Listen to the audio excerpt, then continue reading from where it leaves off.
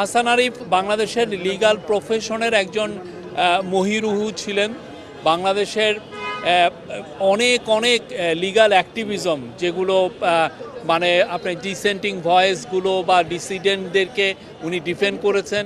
বাংলাদেশের মার্জিনালাইজ কমিউনিটির সাথে উনি দাঁড়িয়েছেন। ওনার এই এদের লিগ্যাল অ্যাক্টিভিজমের ওনার যে ল প্রফেশনের এই যে ওনার যে মানুষের প্রতি যে দরদ, এটা অনেক অনেক পুরনো এবং এটা উনি অনেক বছর ধরে করছেন। তা এখন এমনও আছে যে উনি অনেকের মামলা লড়ে দিয়েছেন উইদাউট এনি ফিজ, এবং উনি খুবই ডিপলি কমিটেড সোশ্যাল ওয়ার্কার ছিলেন। অনেক কজে ওনার ইনভলভমেন্ট ছিল। আর আমি বলতে পারি যে গত 4 মাস এই ইন্টারিম গভর্নমেন্টে উনি ছিলেন একজন মানে আমি ক্যাবিনেট মিটিংগুলো দেখেছি, উনি প্রত্যেকটা ডিবেটে খুবই পার্টিসিপেট করতেন। প্রত্যেক বিষয়ে ওনার সুচিন্তিত মতামত উনি দিতেন। উনি was a rock in the cabinet আমি বলবো। ওনার মতো উনি আগে অ্যাটর্নি জেনারেল ছিলেন।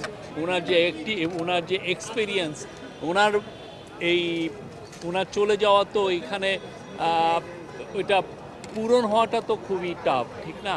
তো সেই জন্য আমরা ওনার বিদেহী আত্মার মাগফিরাত চাই, এবং অবশ্যই আমরা সবাই আশা করব যে উনি যে কাজগুলো রেখে গেছেন সেটা যাতে আমরা সবাই মিলে কমপ্লিট করতে পারি।